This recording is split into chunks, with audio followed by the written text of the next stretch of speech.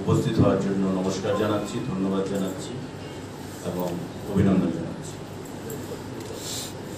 আমার সঙ্গে যারা আজকে আছেন এই সাংবাদিক বৈঠকে, আমার বাঁ দিকে প্রদেশ বিজেপির সাধারণ সম্পাদক অমিত রক্ষিত মহোদয় এবং আমার ডান দিকে প্রদেশ বিজেপির মিডিয়া সেক্রেটারি ইনচার্জ সুনীত সরকার মহোদয়। আজকে এই সাংবাদিক বৈঠকের যে কারণ আপনারা জানেন সাংবাদিক বন্ধুরা, যে নির্বাচন কমিশন দ্বারা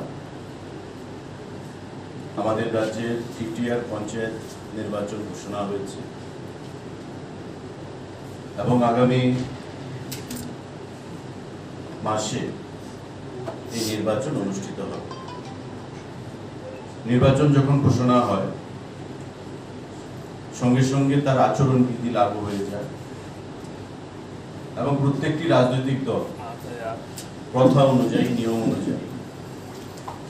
তার প্রার্থীপদ সেখানে ঘোষণা করে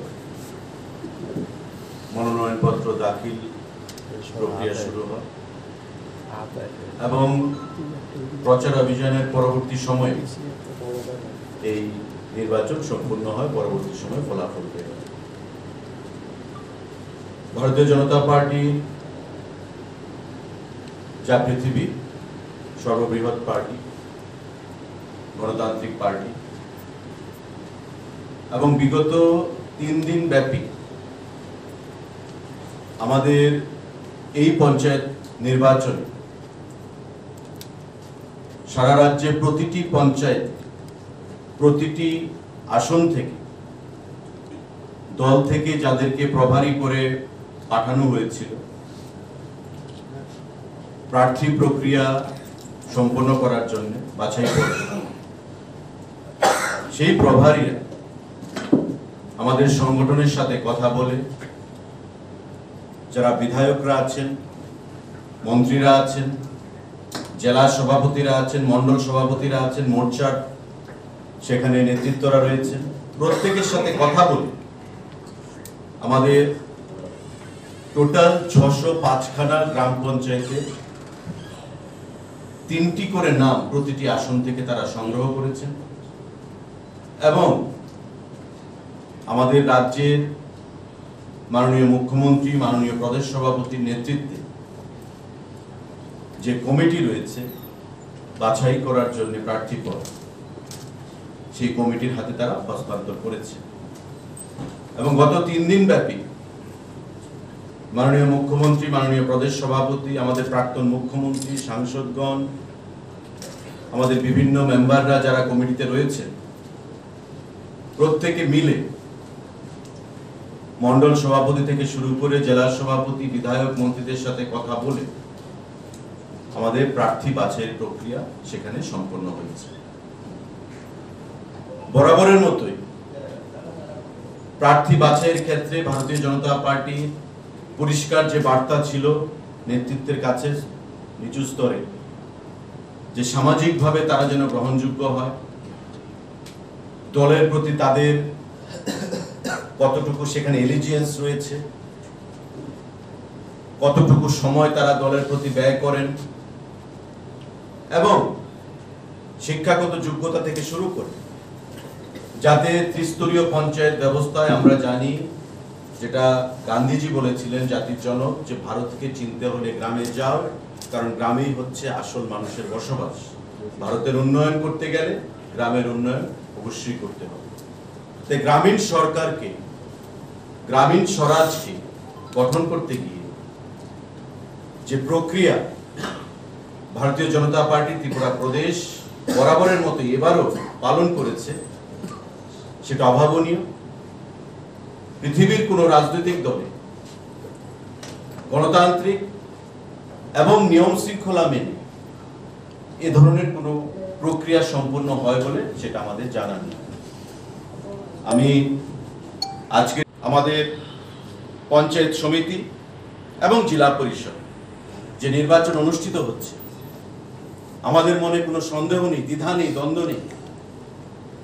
যে প্রতিটি আসনে আমাদের প্রার্থীরা, ভারতীয় জনতা পার্টির প্রার্থীরা নিরঙ্কুশ সংখ্যাগরিষ্ঠতার মাধ্যমে ভারতীয় জনতা পার্টির সিম্বল নিয়ে সেখানে জয়ী হবে এবং ত্রিস্তরীয় পঞ্চায়েত ব্যবস্থা, জেলা পরিষদ, পঞ্চায়েত সমিতি এবং গ্রাম পঞ্চায়েত, এই ত্রিস্তরীয় পঞ্চায়েত ব্যবস্থায় সেখানে ভারতবর্ষের মধ্যে বিগত দিনে ত্রিপুরা রাজ্য একটা বিশেষ জায়গায় রয়েছে, আগামী দিনেও সেখানে ভালো কাজের মাধ্যমে সবকা সাথ সবকা বিকাশের যে নারা আমাদের প্রধানমন্ত্রী দিয়েছেন সেটাকে সঙ্গে নিয়ে